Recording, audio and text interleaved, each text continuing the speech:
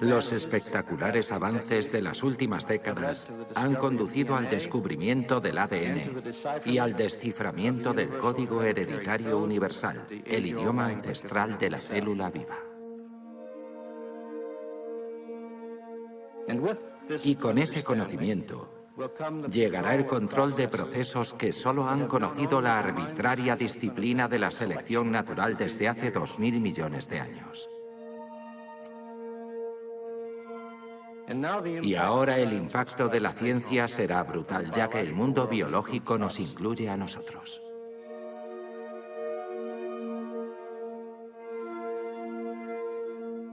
Llegará sin duda el momento en el que el hombre tendrá el poder de ofrecer específica y conscientemente sus propios genes. Ello representará un nuevo hito en el universo.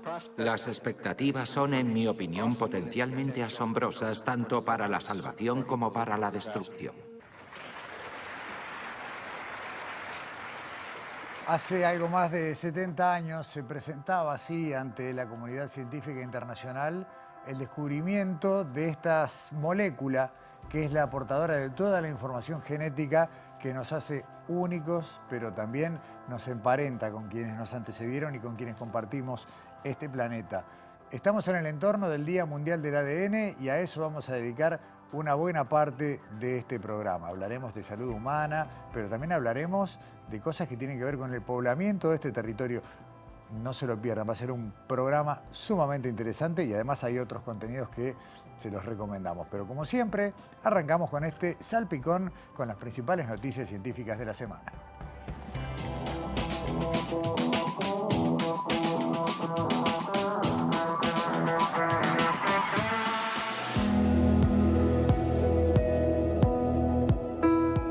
Estudiantes del Liceo número 2 de Salto representaron a Uruguay la última semana en el Mundial de Robótica y Programación que se realizó en Texas, Estados Unidos. Allí deslumbraron al jurado internacional al presentar su proyecto Emocionarte, que es una app que ayuda a las personas no videntes a que puedan visitar un centro cultural y acceder a las obras de arte que están en el lugar. El grupo de jóvenes salteños, que se hacen llamar La Naranja Mecánica, ya había ganado en 2022 la Olimpiada de Robótica, Programación y Videojuegos que organiza el Plan Ceibal. Luego, en 2023, el grupo se llevó el primer premio en la categoría First Lego League Challenge en el concurso nacional de robótica en Montevideo. Para celebrar la Semana del Cerebro, varias instituciones científicas de Montevideo organizan actividades para todo público este sábado 27 de abril entre las 14 y las 19. La cita es en el Espacio Modelo, que es el nuevo parque techado inaugurado donde antes era el Mercado Modelo. Allí el público podrá recorrer stands y participar en propuestas interactivas y juegos tanto para niños como para adultos. Los visitantes podrán sorprenderse con la actividad eléctrica del sistema nervioso, hacer experimentos con los sentidos y conocer el trabajo de investigadores que se dedican a las neurociencias en Uruguay. También habrá un rincón infantil con juegos y actividades especialmente pensadas para los más chicos. Te puede gustar la gastronomía o te puede gustar la ciencia. Y si te gustan las dos, esta semana tenés oportunidades para un maridaje perfecto. Se trata de Gusto a Ciencia, una actividad que se organiza en varios países del mundo y que lleva la ciencia al bar. Este jueves 25 de abril, por ejemplo, Gusto a Ciencia tendrá lugar en el Bar Facal a partir de las 7 de la tarde. La ocasión coincide con el Día Internacional del ADN, así que será una noche para escuchar charlas divertidas y descontracturadas sobre esta molécula. Luego, el domingo 28 de abril, también a las 7 de la tarde, Gusto a Ciencia se muda al Ciudadela Bar. En ambas ocasiones, además de diferentes charlas, habrá sorteos, trivia, comida, música y humor. Este sábado 27 se lleva a cabo también el Encuentro Nacional de Acción Ambiental Joven de Uruguay, organizado por la Facultad de Comunicación de la Universidad de Montevideo, con el apoyo de UNICEF, Embajada Norteamericana y el impulso de diferentes organizaciones vinculadas con el ambiente y la juventud. En esta instancia, que se realiza en la sede Ponce de la Universidad de Montevideo, se realiza el lanzamiento de Mapa Verde, una plataforma web que nucleará iniciativas, movimientos y organizaciones juveniles ambientales del país y y busca potenciar la conexión entre ellas y la sociedad. El encuentro se extenderá desde las 9 a las 17 horas y está dirigido a jóvenes de entre 13 y 25 años de todo el Uruguay que tengan interés en temas ambientales. La jornada también contará con talleres de comunicación con foco ambiental a cargo de docentes de facultad y talleres de acción ambiental y participación juvenil. Habrá un cierre con un evento musical. Para más información, comunícate a través de correo y teléfono que figuran en pantalla o también puedes visitar el Instagram de Mapa Verde Uruguay.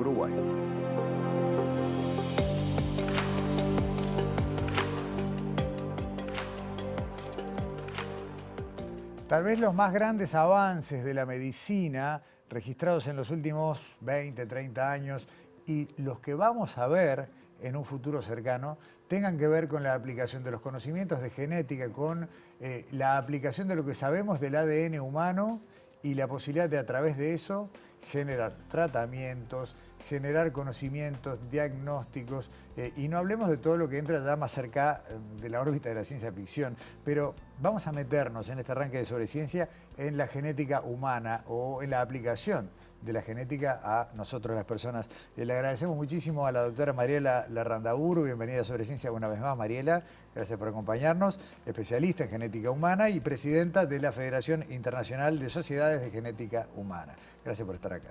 Gracias a ti, Gustavo. Buenas tardes, buenas noches para todos.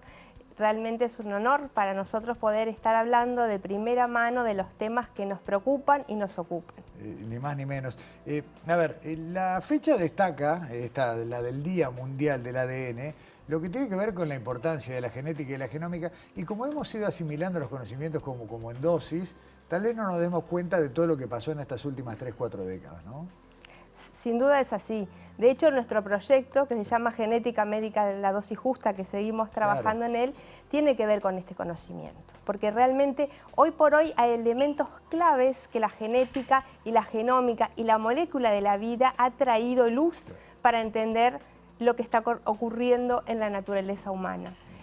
Primero, por ejemplo, el tema de la ancestría.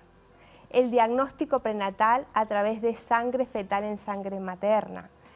La oncogenética, la oncogenómica, la medicina de precisión. Entonces, hoy estamos en el 2024 en ese punto y este Día Mundial del ADN Internacional nos permite poner este tema en la mesa y discutir, porque es muy importante. ¿Por qué eso de medicina en la dosis justa? ¿Y cómo se vincula esa idea con los conocimientos que vienen de la aplicación? En realidad es una idea que tenemos desde hace mucho tiempo porque el conocimiento genético y genómico tiene que llegar a toda la población y a las diferentes especialidades médicas, Gustavo. Y hoy por hoy sabemos que una de las barreras importantes que nosotros tenemos en esta área es la capacitación y la sensibilización del tema en todas las áreas de las ciencias de la salud. Entonces hay que trabajar en esa línea y de hecho nosotros participamos a fines del año pasado de un consorcio, una reunión, diríamos así, internacional sobre educación en genómica a nivel internacional, propiciado por el sistema sanitario inglés. Y te hago un comentario rápido, ese evento se realizó en Cambridge, en el centro genómico donde se secuenció el 30% del genoma humano. Ok. Dijiste algo, ¿no? Educación en genómica. Y me pareció entender de lo que venías diciendo como que hay que hablar de dos educaciones distintas. La de nosotros, a la hora de acceder a la medicina y pedir los mejores tratamientos posibles, y hablaste de la educación del colectivo médico.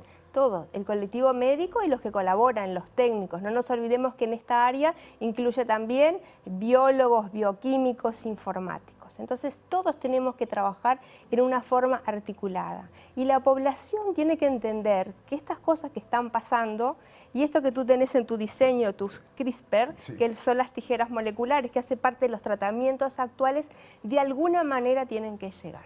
Y tenemos que romper muchas barreras, pero la primera barrera es capacitar y hacer entender que esto es posible. Y por eso la Organización Mundial de la Salud está con un proyecto muy importante relacionado con el acceso de la genómica en la salud global. Bien, ¿cómo accedemos o a qué estamos accediendo hoy en Uruguay? Por ejemplo, Uruguay tiene, bueno, una buena noticia que tiene un programa de enfermedades raras y anomalías congénitas a partir de fines del año pasado. Tiene un trabajo sobre un Centro Nacional de Referencias de Enfermedades Raras y Anomalías Congénitas. Tiene una serie de fármacos relacionados con la genética que también están accesibles de alguna manera a la población. Tiene algunos tratamientos diagnósticos para oncología.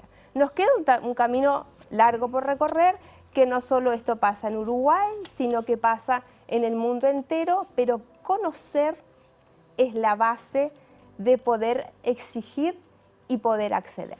En Uruguay se genera muy buena ciencia, hay una cantidad muy grande de trabajos que tienen que ver, se vinculan directamente con lo que acabas de mencionar, y uno no duda que podemos recibir como pacientes, estaríamos en condiciones de recibir prácticamente lo mismo que en los principales centros de salud del mundo. Pero aparece el problema del acceso, ¿no? De que no todo el mundo, según el centro de salud o el tipo de cuidado que reciba, está en condiciones de tener ese beneficio. ¿Es muy desparejo en Uruguay? Bueno, la inequidad existe, pero acá me voy a tomar un tiempito para contar una cosa que es la inequidad en la educación y la sensibilización. Tenemos que trabajar mucho en sensibilizar en todas las especialidades médicas, porque la oncología tiene un área que es la oncogenética, la medicina cardiovascular tiene un área que es la cardiogenética, lo mismo en la oftalmología y así vamos por todas las especialidades médicas. Entonces tenemos que conseguir de alguna manera que los profesionales de la salud a este tema también lo tomen como propio y puedan de alguna manera transitar ese camino para ofrecerles los estudios o los diagnósticos a los pacientes. Porque es verdad que para algunas cosas no se puede hacer nada, pero hoy tenemos que conocer el estatus molecular, por ejemplo, de oncología, del estado del tumor, que eso va a ser la diferencia enorme en el tratamiento, porque vamos a conseguir medicina de precisión para ese tumor y para esa persona en ese momento. La dosis justa y adecuada a cada uno de nosotros. Exacto. Es necesario conocer la genética del tumor y la genética de la persona que lo porta, ¿no? Las dos cosas. Y acá me voy a detener en otro tema muy importante actual, que es la farmacogenómica. Bien. La farmacogenómica no solo se aplica al tratamiento específico del tumor, sino para tratamientos de que no van a actuar de la misma manera en una persona que en otra. Es como las infecciones, Gustavo. No todos expuestos al mismo agente respondemos de la misma manera. Y por eso necesitamos medicamentos que estén de acuerdo a nuestros genes para que el efecto sea el adecuado y tenga menos efectos secundarios también. Vos dijiste recién que cuando cualquiera de nosotros accede a una consulta médica y tenga posibilidades de tener un mejor abordaje a partir de las herramientas de la genética, la genómica y el conocimiento, que el profesional o la profesional le ofrezca al paciente. Y si eso no sucede, ¿cómo hace el paciente? ¿Cómo informamos al paciente? ¿Qué tiene que pedir? ¿Qué pido? Bueno, en realidad el tema más importante en esto justamente es el rol del médico genetista clínico. La genética clínica tiene un rol fundamental en esta serie de actividad de la medicina personalizada. Porque hoy por hoy lo que tiene que pasar siempre es que cuando uno pide un test genómico, que lo puede hacer cualquier especialidad, pero siempre tiene que haber un asesoramiento genético, y eso lo hace el genetista, pre-test y post-test. Estos test genómicos no son tan sencillos y sus resultados, obviamente, no son tan sencillos como un hemograma o como otro test de una proteína, por ejemplo. Entonces, eso es lo que tenemos que trabajar. Y la genética clínica acá cumple un rol fundamental. Entonces tenemos que articular la genética clínica dentro del Sistema Nacional Integrado de Salud y con las otras especialidades de la medicina. Porque ahí está, ¿no? Y un poco para redondear, porque creo que ese es el mensaje que tenemos que dejar. Están los conocimientos, tal vez no haya todavía una masa crítica suficiente de profesionales como para cubrir todas las áreas, pero yo cuando miro, no sé, en mi prestador de salud, no busco médico genetista, busco, no sé, urólogo, busco dermatóloga. Y eso es lo que hay que conseguir, porque el médico genetista tiene una visión holística e integral de todas estas enfermedades raras y otras relacionadas a este tema. Y toda la medicina de precisión tiene que estar encarada fundamentalmente por un equipo interdisciplinario y el médico genetista tiene que ser parte de ese equipo. Entonces nosotros desde la Federación Internacional de Sociedades de Genética Humana estamos trabajando fuertemente en alfabetizar. Claro. Y eso es alfabetizar y sin duda que esa es la diferencia. Alfabetizar en un alfabeto de 4 letras. Alfabetizar en un alfabeto de 4 letras, que tiene una variabilidad gigante y que a veces hemos avanzado muchísimo, pero cada vez que vamos avanzando aparecen nuevas preguntas y eso es fascinante.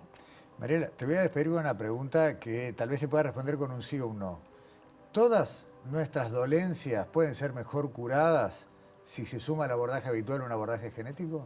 Sin duda, es así.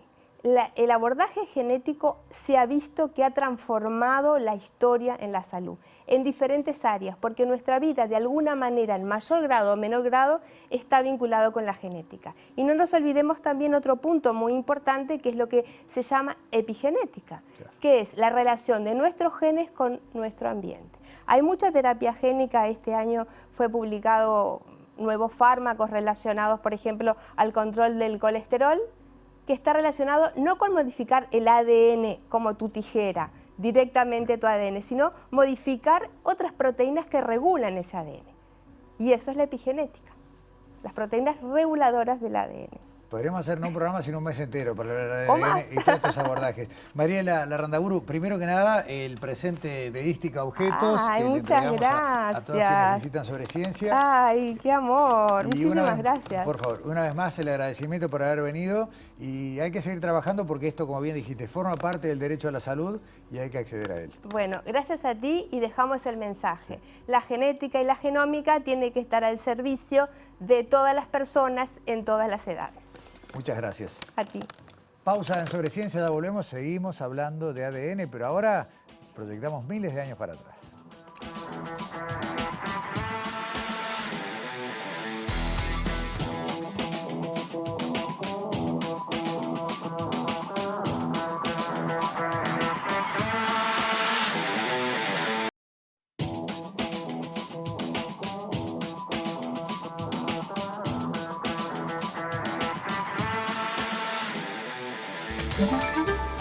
Presenta FENAPES.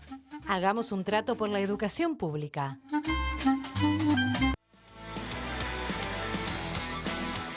Y tomando la excusa del Día Mundial del ADN, que es el 25 de abril, seguimos hablando de ADN y las 1000 puertas que se abren a partir de los conocimientos en genética. Ahora vamos a, dije 1000 y en realidad diré miles, vamos a recorrer un camino de miles de años en este territorio a partir de las huellas genéticas que se van encontrando y que tienen que ver con la historia de lo que hoy se llama Uruguay.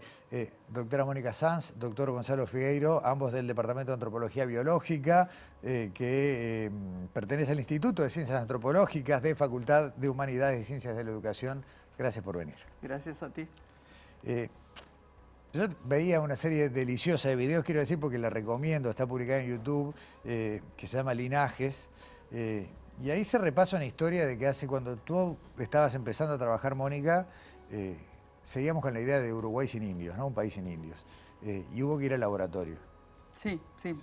Para que nos creyeran. Igual Claro. todavía a veces hay gente que todavía no te cree. Claro. Aún con todos los datos que tenemos, cuesta romper un paradigma, ¿verdad? Es un paradigma de mucho tiempo. Estuvimos 150 años, no solo sin indios, sino sin descendientes de indígenas, ¿no? Entonces romper eso y demostrar que hay gente que es uruguaya, que es nacida en Uruguay, cuyas familias vienen de Uruguay y cuyos linajes pueden tener varios miles de años en Uruguay, cuesta entenderlo y cuesta aceptarlo, tal vez.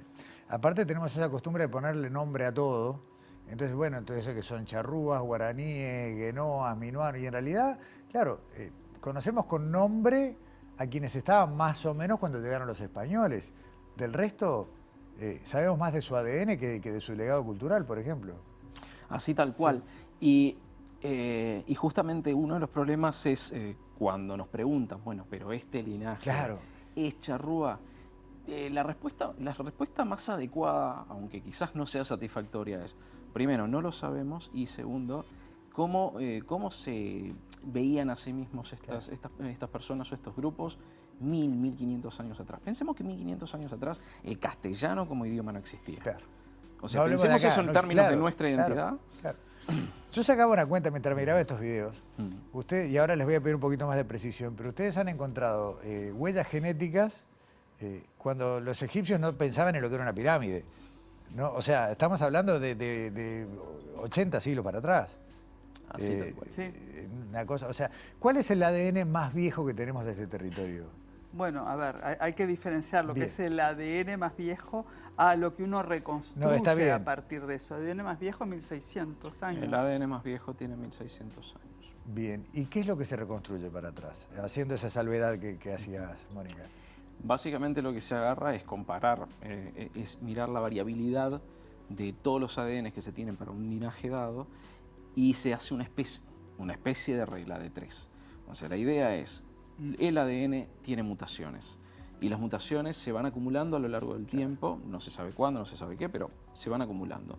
Entonces, si vos tenés varios individuos o varios sublinajes de un linaje y vos ves la cantidad de diferencias que tienen entre sí que se fueron generando por mutación, lo que haces es literalmente decir, bueno, si se acumuló todo este tiempo, ¿cuánto tiempo tuvo que pasar para que se acumulase esa variedad? Claro.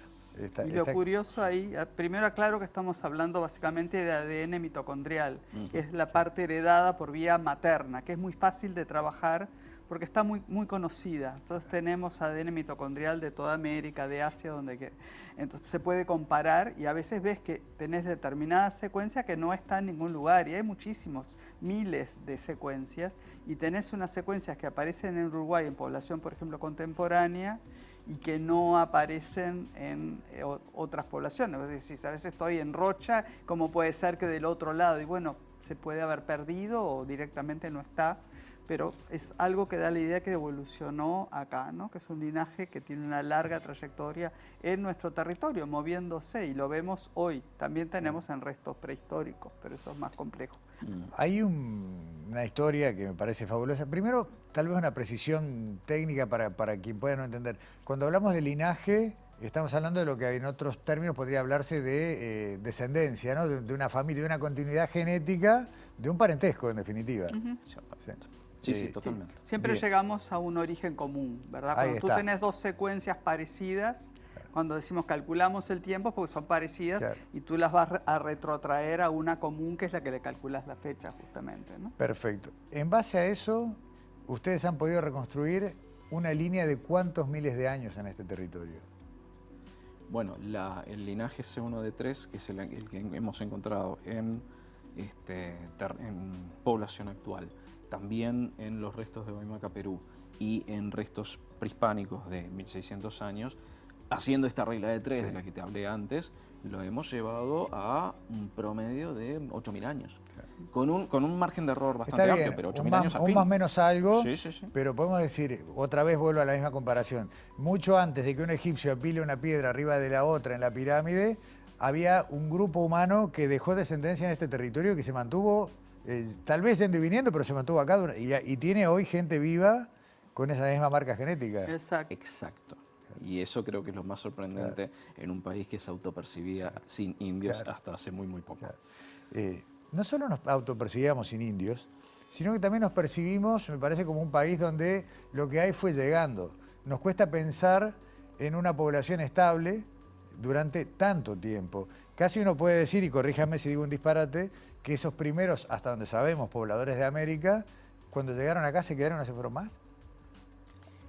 Parece ser un lugar de confluencia, Uruguay, donde hay dos oleadas, digamos, una que viene por el Atlántico, otra que viene por el Pacífico, y parece como que se hubieran juntado en Uruguay y se hubieran posiblemente quedado.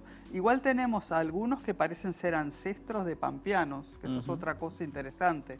Había algunos linajes descritos, por ejemplo, para Pampa, Patagonia, y acá tenemos ancestrales a eso. Entonces parecía que fuera al revés, ¿no? Que de acá se pueden haber pasado para otro lado.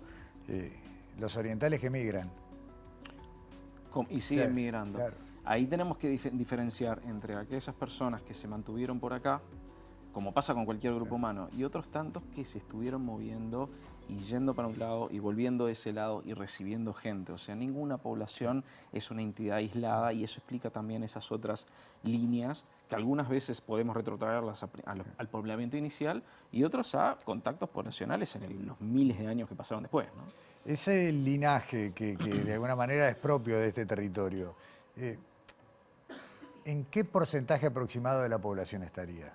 Si bien sabemos que varía geográficamente, que hay departamentos con más carga que otros, siempre se ha hablado del caso de Tacuarembó, que es uno de los que tiene mayor predominio, pero ¿será un 30%? No, el linaje ese en particular debe ser un 10% o algo así, calculando muy rápidamente que debemos tener más de 1000 personas secuenciadas a estas alturas y debemos tener más o menos 10 con el linaje. Claro. Sin contar solo lo nativo, contando en general. Si nos retrotraemos a lo nativo, que es 37%, claro, ahí sería bastante más. Sí. Estamos como en un tercio de esos, o no tanto, pero... pero es relativamente frecuente. Claro. Y ese 37% representa a todos los linajes americanos que tienen una representación acá. Exacto. Es decir, una de cada 3 uruguayos y uruguayas tiene por algún lado de su genealogía una antepasada materna por línea directa. Eso es indígena y eso es una locura, francamente. Claro, rompe con todos los estereotipos históricos. Saber eso, además de que nos motiva, bueno, la curiosidad, el abordaje histórico, la reconstrucción de la historia, tiene, por ejemplo, implicancias sanitarias, ¿no? O sea, conocer eso puede permitir, por ejemplo, también profundizar sobre la salud característica de quienes acá habitamos. Sí, el otro día justo estuve en la presentación de un premio PEDESIVA de Gabriela Burgueño del grupo de Salto, que están trabajando en la parte de farmacogenética y farmacogenómica, y una de las cosas que me pareció súper interesante, que ellos hicieron también estudios de ancestría, y les daba una relación con que aquellas personas que tenían mayor cantidad de antepasados indígenas tenían mayor tolerancia a algunos medicamentos que se usan para tratar la leucemia linfocítica aguda. Entonces, tiene implicancias, digamos, para farmacogenética, lo cual es sumamente importante, claro, pues, bueno, sobre todo en este caso que son niños, ¿verdad? Claro. Tenemos otros estudios también que están relacionados con les iba a preguntar, ¿con qué otras enfermedades se puede vincular, digamos, una mayor o menor respuesta en base a nuestra carga genética o la carga genética indígena? Vamos con la... Bueno, una que en realidad está medicalizada como una patología, pero en realidad no lo es, que es la intolerancia a la lactosa. Claro. O sea, la lactasa persistencia, o sea, es decir, el nombre técnico para el hecho de poder digerir lácteos siendo adulto, es algo que muy claramente proviene de lo que llamamos viejo mundo, particularmente de Europa. Entonces, si teniendo la ancestría indígena que hay en este país, lo lógico es que efectivamente no tengamos tanta gente capaz de digerir lácteos como pensamos que tenemos. Y las expectativas en términos teóricos es que 1 de cada 2 uruguayos debería tener problemas. Sin embargo, solo la 1/4 parte declara tener problemas para digerir lácteos. Y eso es interesante. Claro. Hay otra faceta que no la habíamos conversado previamente, pero que fue muy valiosa, que creo que es una línea de investigación todavía en desarrollo y que muestra que muchas de las personas, aunque no lo sepan, no se perciban como con ancestría indígena, forman parte de los niveles socioeconómicos más postergados. Sí, eso fue el estudio que se publicó para Montevideo, que claro, ahí tomábamos simplemente si se atendían por salud pública o por mutualistas, y hay una diferencia grande del aporte indígena en salud pública pre-FONASA. Claro. Ahora se igualó, digamos, porque claro, hubo mucho más acceso a cualquier mutualista. Pero en ese momento los que se atendían en salud pública tenían mayor aporte nativo. Ahora hicimos un estudio en Salto post-FONASA, y en Salto igual se mantiene eso, no así por ejemplo en Tacuarembó y en Rivera, pero sí en Salto hay una diferencia grande de aquellos que se atienden en salud pública. Habría que hacerlo, es un proxy de nivel socioeconómico, pero ya nos da una indicación. Ahora estamos muestreando, estamos con un proyecto súper amplio para muestrear no todo el Uruguay, pero la mitad, digamos, por lo menos de los departamentos, para tener un panorama mucho más amplio de lugares que no habíamos muestreado. Y estamos cuidando eso, ¿no? de tomar parte en la muestra, el mutualista y parte de la muestra, según se atiendan. Por suerte hay estadísticas del Ministerio y bueno. Nos queda muy poquito tiempo, pero yo quiero recordar, tengo la suerte de haber conversado desde hace varios años contigo, Mónica, sobre todo, y cómo ha ido creciendo el grupo de trabajo, cómo cada vez hay más investigadores que están siguiendo esta línea, cómo están apareciendo nuevos abordajes, cruces interdisciplinarios, porque acabamos de hablar de algo más médico, acabamos de hablar de algo más socioeconómico o antropología cultural, si se quiere. ¿Por dónde sigue? Ya hablaste algo de estudios que están en desarrollo, pero ¿por dónde sigue esto? ¿Por dónde sigue? Bueno, en realidad acá ya es una expresión de deseo, pero me gustaría poder profundizar más en la composición genética de las poblaciones pasadas, donde el cruce es, entre otras cosas, con la arqueología. Claro. Que está bien, es una rama de la antropología también, sí, pero donde tenemos también mucho interés en ver cómo determinadas hipótesis en términos arqueológicos tienen su correlato genético o no. Eso por un lado. Claro. Sí, siguiendo un poco con esa misma idea, ¿verdad? Cada vez más se está estudiando a nivel americano en general paleogenomas, o sea, claro, genomas de individuos. Cuando queremos hablar de nuestro origen, ¿verdad? Este problema, bueno, charrúas no, porque estamos hablando de una época que no eran ni charrúas ni guaraníes, claro, ni nada. Claramente no son guaraníes, y eso sí lo quiero decir, bien, porque los guaraníes llegan mucho más recientemente, y de eso sí hay datos, de que llegan alrededor del 1300 de nuestra era, o sea que claramente no son de ese tronco. Pero bueno, cuando tengamos más paleogenomas podemos empezar a ver, tanto para población actual como para nuestros paleogenomas, de dónde vienen, porque hay por ahora alguna cuestión muy somera de relaciones, por ejemplo, con Lagoa Santa, que es un sitio estrella de Brasil, sitio del cual se viene hablando, no sé, hace un siglo, donde, bueno, una mujer llamada Lucía, por ejemplo, en toda esa zona, y bueno, toda la raza láguida se decía en una época. Bueno, tenemos alguna vinculación con esos grupos, digamos, de Brasil, pero también la tenemos con grupos del sur. Entonces, bueno, a la medida que haya más datos se podrá reconstruir. Y mapas con flechas que van y vienen, ¿no? Que son en definitiva los recorridos de nosotros como especie en esta tierra. Mónica Sanz, Gonzalo Figueiro, les quiero dar, como a cada persona invitada sobre ciencia, los presentes de Ística Objetos. Muchísimas gracias. Gracias.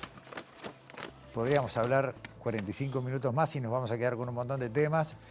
Así que una vez más, invitarlos para más adelante, para volver con estas líneas. Nos quedó todo el tema afro, que también ustedes lo están trabajando. Así que, sí, hace tiempo que venimos. Tenemos un poco descuidado, porque esta parte indígena nos motivó demasiado, pero aparece porque aparece también, bueno, la parte socioeconómica, claramente, se sigue viendo, y cuando hablemos de enfermedades, que hay muchas, se está cada vez más, cuando se estudia una enfermedad compleja sobre todo, analizando la parte de ancestría. Claro.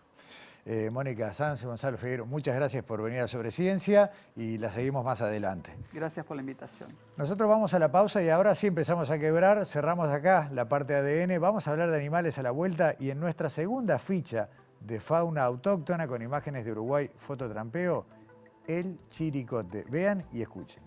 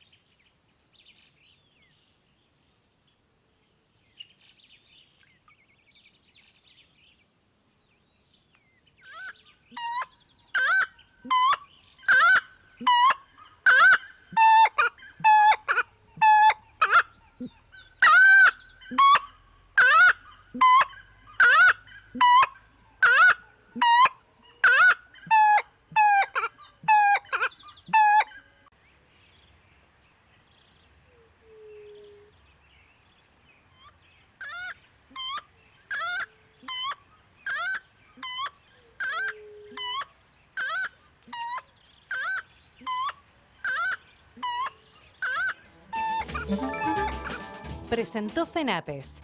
Hagamos un trato por la educación pública.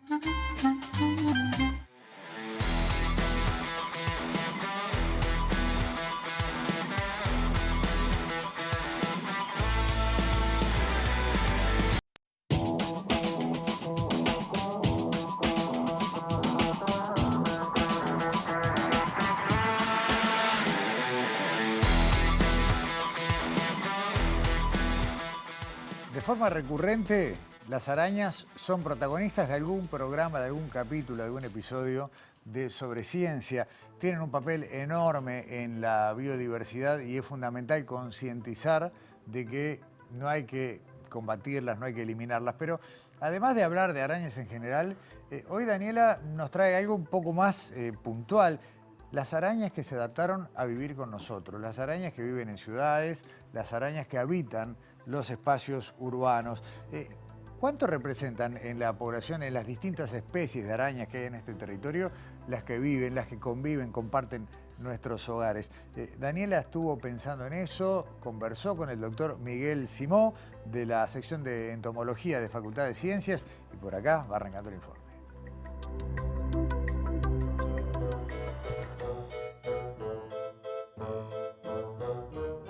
Como los humanos, las arañas también se adaptaron a vivir en la ciudad. Por eso hoy encontramos arañas en algún rincón de casa, debajo de un mueble o en un banco de plaza. ¿Qué características tienen las arañas urbanas? Te lo contamos en este informe.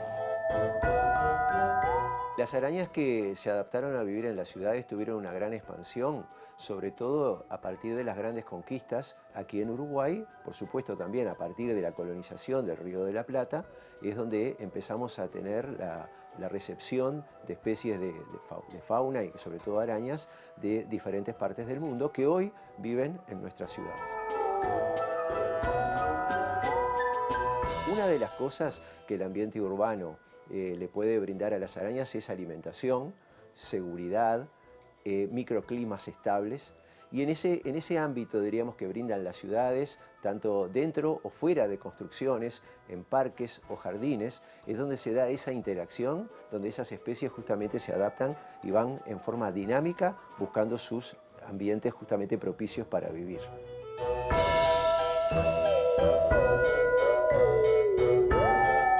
Hoy en día se conocen más de 50.000 especies de arañas a nivel mundial. Se estima que la cantidad que podrían vivir en la Tierra sería mucho más, es decir, quizás estemos en el 10% de lo que, o en el 20% de lo que realmente existan. Así que hay muchas todavía especies por conocer. Pero de las 50.000 hay un importante porcentaje de muchas de estas especies que se han ido adaptando a los ambientes urbanos. En Uruguay más o menos conocemos unas 500 especies de arañas, de las cuales unas 150 están reportadas para la ciudad de Montevideo, lo que habla de un porcentaje importante.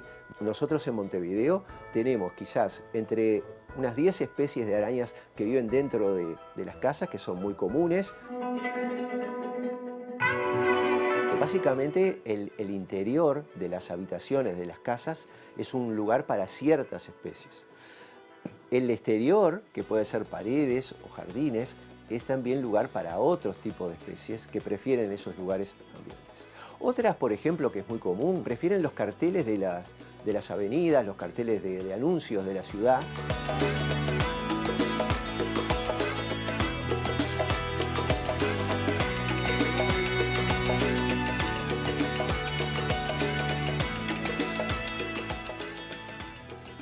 De este vasto mundo de arañas que hay en la ciudad, en nuestras ciudades, ¿cuáles son las principales que podemos encontrar en Uruguay? En las ciudades de Uruguay, insisto, estamos hablando de arañas urbanas, las que viven y comparten nuestros hogares y nuestros espacios. Damián Agopián, investigador de Facultad de Ciencias, nos cuenta cuáles son las que más podemos encontrar aquí.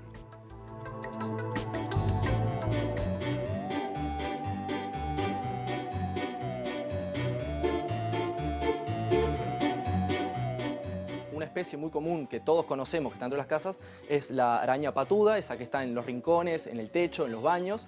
Es una especie inofensiva, es una especie que es cosmopolita, está por todo el mundo. Y esta especie tiene los colmillos, los quelíceros tan pequeños que no nos pueden llegar a picar. Otra especie que también tenemos es la araña de paredes, una araña bien pequeñita que se encuentra entre las uniones de las paredes, ¿bien? Y está sobre una pequeña tela, y esas son especies también cosmopolitas, están por todo el mundo, y son muy pequeñas y tampoco nos llegan a picar. Son buenas controladas de las hormigas, que a veces tenemos hormigas en la casa y por favor no quiero tener más hormigas. Bueno, esas arañas se encargan como las hormigas. Y hay otras especies que están afuera de las casas, hay una especie que se llama Vadumna longinqua, es una especie que vino con los eucaliptus, cuando trajeron los eucaliptus a Uruguay, y esa especie se adaptó a la urbe, bien, a la ciudad, y la podemos encontrar en las paradas de los ómnibus, en los carteles de las calles, incluso hasta en los espejos de los autos, que hay muchos casos de gente que dice, una araña me hizo la tela en el espejo del auto. No es peligrosa tampoco y también ayuda a controlar las comunidades de insectos. En Uruguay, arañas peligrosas per se tenemos 3. Una es la viuda negra, bien, que la viuda negra no está dentro de las casas. Hay una especie muy común que es Steatoda grossa, es una especie muy similar con el abdomen muy globoso que vive debajo de los muebles, en los baños, etcétera, pero es inofensiva. Bien, la picadura sería como si nos picara una abeja. Entonces es muy similar a la viuda negra, pero la viuda negra no está dentro de las casas y se encuentra en roquedales y pastizales del Uruguay. Esa la descartamos, bien, no va a estar. Las otras 2 que tenemos, una es la conocida araña al banano, pero no es una especie que tenga poblaciones en Uruguay. Tiene poblaciones en Brasil y bueno, cuando traen los cargamentos de banana, ahí vienen estas especies, estos ejemplares con la fruta y bueno, cuando llegan las verdulerías a las fruterías, las arañas están ahí. Esas son arañas peligrosas porque tienen un veneno que es neurotóxico, bien, que afecta al sistema nervioso. Otra especie, que es que también la conocemos como araña violinista, araña homicida, araña al rincón, araña marrón, tiene un montón de nombres y lo que genera esos nombres es como miedo, porque yo digo, bueno, araña marrón, araña al rincón, araña homicida. Si veo una araña marrón en el rincón, falta que sea homicida y es ese bicho. Entonces, bueno, es una especie que no es muy común, no es común de encontrar. Está en casas muy antiguas, detrás de muebles, detrás de cajas. Entonces, esas arañas están escondidas y el veneno es icterohemolítico. Es un veneno que lo que hace es mata los glóbulos rojos, entonces no permite que circule el oxígeno por la sangre y bueno, si esa sangre sin oxígeno llega a los órganos, puede producir una dolencia o afectar fuertemente un órgano.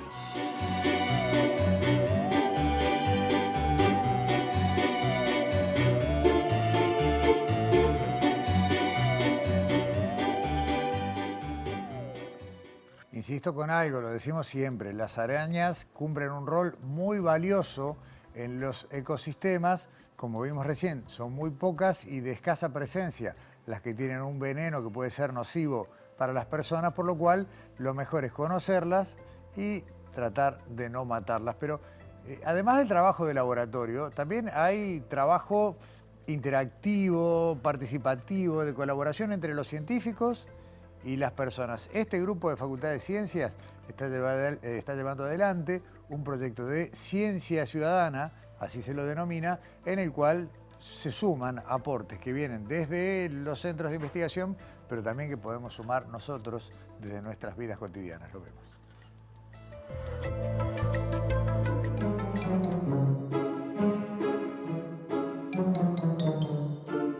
Es probable que tu primera reacción al ver una araña sea matarla, pero podés hacer otra cosa.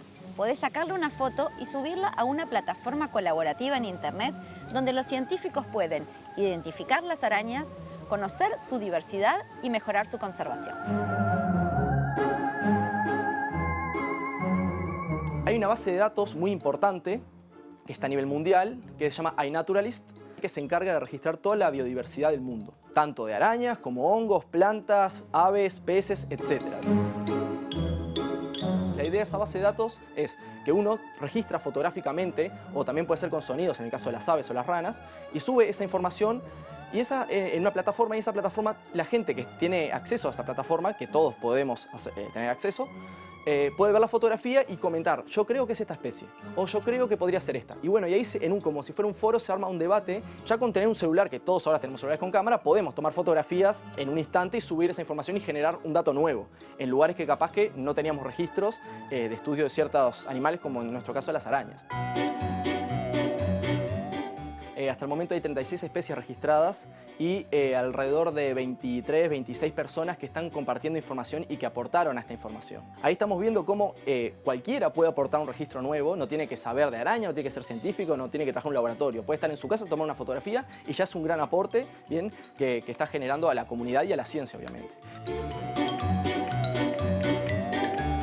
Cualquiera puede participar de iNaturalist, de este proyecto. Uno solo se tiene que hacer una cuenta, uno entra en internet, pone Naturalista Uruguay o iNaturalist en Google y ahí le va a aparecer y es hacerse una cuenta y donde le va a pedir una contraseña y un nombre. ¿Bien? Entonces uno se hace la cuenta y ahí se hace un perfil y bueno, empieza a aportar fotografías de lo que a uno le interese. De vuelta, pueden ser plantas, arañas, peces o puede ser todo.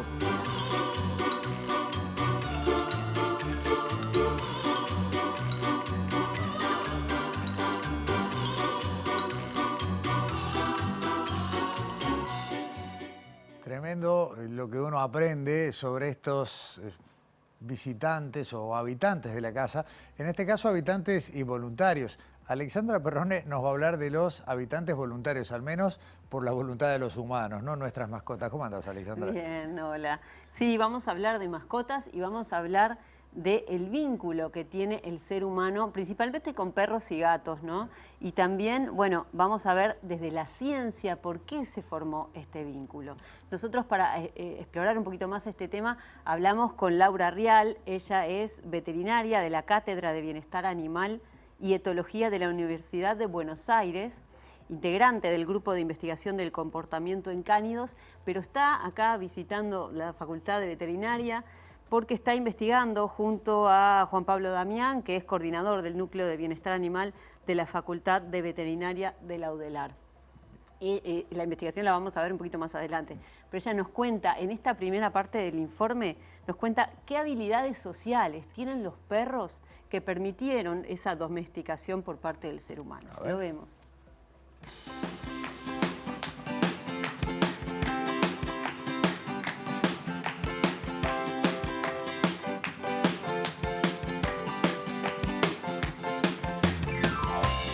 Con los perros domésticos lo que tenemos de interesante es toda su historia de vinculación con el ser humano. Sabemos por distintos registros que su domesticación comenzó hace más o menos 15.000 años atrás. Hay algunos registros un poco más antiguos, pero sabemos que hay distintas habilidades sociales que tienen los perros que ponen en juego en su interacción con los seres humanos y que facilitó esta domesticación. Uno es la sociabilidad, otro es la docilidad, otro es que puedan sincronizar los movimientos y las actividades y sobre todo, quizás el más importante en términos de la tenencia de perros como animales de compañía, es que son capaces de formar vínculos de apego muy fuertes con sus tutores. Este vínculo de apego que se establece entre perros y sus tutores tiene algunas características similares a lo que es el vínculo de apego entre madres e hijos, pero también algunas características similares a lo que es los vínculos que en humanos llamaríamos de amistad, ¿sí? Más de pares.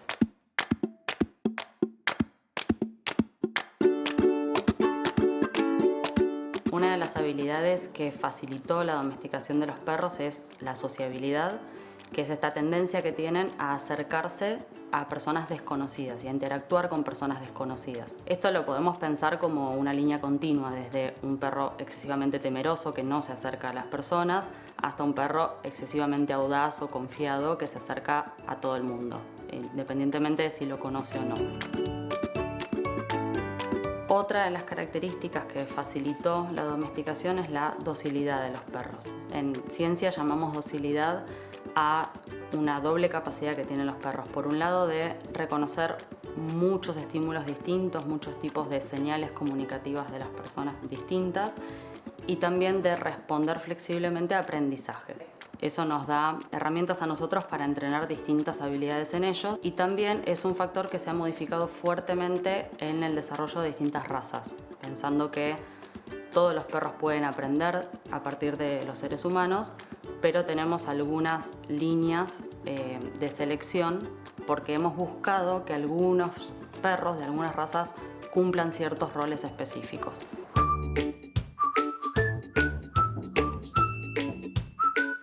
La tercera habilidad de los perros que se postula que permitió la domesticación es su capacidad de sincronización con el ser humano.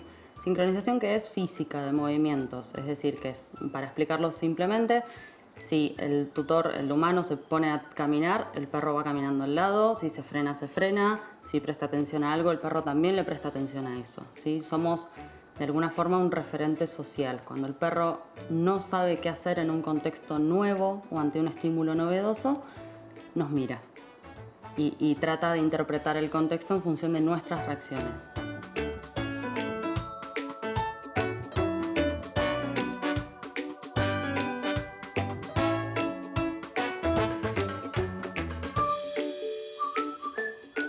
Antes se le llamaba la capacidad de haber domesticado, ¿no?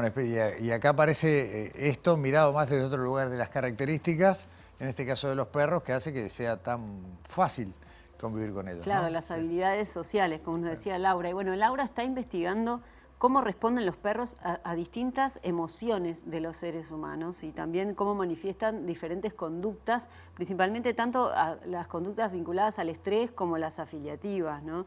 Y también nos contaba que están estudiando otros parámetros en conjunto con esto, por ejemplo, la frecuencia cardíaca o el nivel de cortisol, que es la hormona que está asociada al estrés, ¿no? Nos explica la segunda parte del informe en qué consiste esta investigación.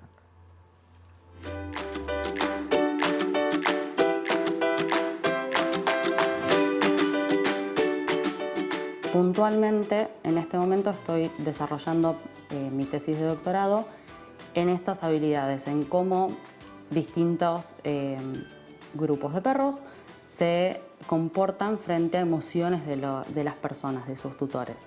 Estoy trabajando con perros de familia y estudio, por ejemplo, cómo reaccionan en una situación donde hay dos tutores que fingen pelearse por un objeto de la casa. Entonces hay dos personas de la casa que son conocidas para el perro, que son su núcleo familiar, y pelean por quedarse con un objeto. De esa pelea hay un ganador y hay un perdedor, y hay también toda una demostración de emociones que le pedimos a los tutores que hagan, donde el que gana sigue como gritándole al otro, y el que perdió el objeto se queda como triste o encogiéndose y ahí medio resguardado. Y vemos cómo los perros reaccionan a esto. Los resultados preliminares muestran que los perros van hacia la persona que perdió la pelea con más frecuencia que lo que se acercan al ganador, digamos, lo cual nos está dando los primeros indicios de que comprenden la situación y que responden diferencialmente a una y otra persona. Otros estudios que estamos haciendo como parte del doctorado, acá en conjunto con UDELAR, es evaluar cómo los perros responden desde el punto de vista de su comportamiento a emociones humanas, pero también cómo varía su frecuencia cardíaca o sus niveles de cortisol, que es esta hormona que está vinculada a la respuesta de estrés. Entonces estamos también poniendo a punto esa parte del estudio donde acompañamos la evaluación de la conducta, del comportamiento, con indicadores fisiológicos. En ese caso lo que hacemos es monitorear la frecuencia cardíaca como los relojes inteligentes o las cintas que usan los jugadores de fútbol o los deportistas de alto rendimiento, que seguro están popularizados aquí también. Los colocamos en el perro y en el tutor y medimos cómo varían ambos su frecuencia cardíaca durante la expresión de una emoción.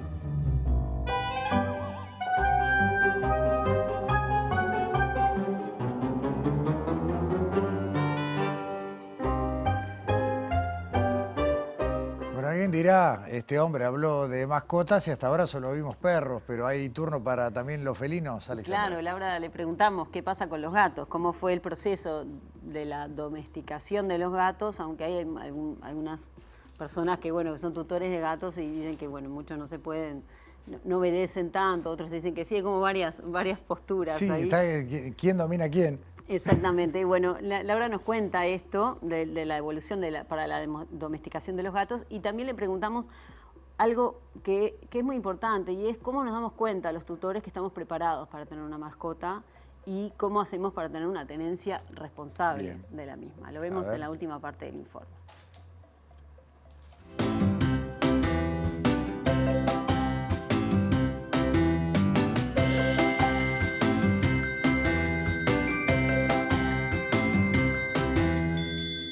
En lo que corresponde a animales de compañía o mascotas, está interesante ver las diferencias entre perros y gatos. Los gatos tienen una historia de domesticación distinta que los perros, es un poco más reciente, los registros hablan de unos 10.000 años atrás. Hay registros un poco más antiguos y hay todavía cierta discusión, cierto debate en ciencia al respecto, pero sabemos que coincidió con el desarrollo de la agricultura en el ser humano, cuando los seres humanos nos establecimos en comunidades más sedentarias y empezamos a copiar alimento. Es decir, éramos tan eficientes en la agricultura que ya no teníamos que andar cazando y recolectando, sino que nos empezamos a quedar quietos. Eso generó el espacio para que el gato fuera una especie interesante para las personas, porque por un lado no era un competidor, porque es un animal pequeño, no te roba las presas, no estamos en competencia directa por recursos, pero sí mantiene a raya y controla las plagas. Entonces nosotros teníamos un montón de comida, atraíamos un montón de roedores y los gatos nos hacían un favor. Popularmente tenemos esta división entre personas fanáticas de los perros y personas fanáticas de los gatos y parece que son posturas irreconciliables. Lo que tenemos desde la ciencia para aportar es que los gatos son capaces de generar un vínculo con las personas, pero es un vínculo sí más flexible que el de los perros, en el sentido de que pueden convivir con nosotros, pueden convivir con otros gatos y pueden también no hacerlo. Teniendo en cuenta que los perros y los gatos son especies tan distintas entre sí y por supuesto son especies diferentes a la nuestra, al momento de decidir si queremos comenzar una convivencia con ellos, tenemos que pensar en sus necesidades, sobre todo sus necesidades a nivel comportamiento y en qué estamos dispuestos nosotros a brindarles. Como pertenecen a otra especie, como decía recién, tenemos que darles oportunidades para que desarrollen sus conductas específicas de especie. Esto es, si el gato necesita un lugar donde arañar, si preferimos que no sea un mueble, bueno, tenemos que proveerle un rascador adecuado que le guste. Ese tipo de detalles hay que estar atentos. Al momento entonces de decidir convivir con un perro o un gato, tenemos que pensar en que estas necesidades, las comportamentales y las de sanidad, van a variar también a lo largo de la vida y lamentablemente viven menos que nosotros. Entonces tenemos que estar preparados para criar un cachorro o un gatito, para educarlo tempranamente y adecuadamente, para acompañarlo durante toda su vida y también para ajustarnos a sus necesidades cuando sean viejitos, porque va a variar mucho lo que necesiten en distintas etapas de vida también.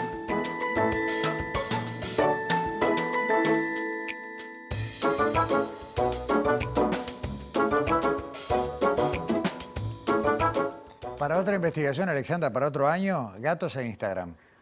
Que son los furores de las redes sociales también. Sí, tal cual. Pero bueno, lo importante de tener una tenencia responsable de las mascotas. Sin duda. Gracias, Alexandra. Hasta la semana que viene. Nos vemos. Cerramos Sobre Ciencia aquí en TV Ciudad y yo también les digo hasta la semana que viene. Gracias por acompañarnos.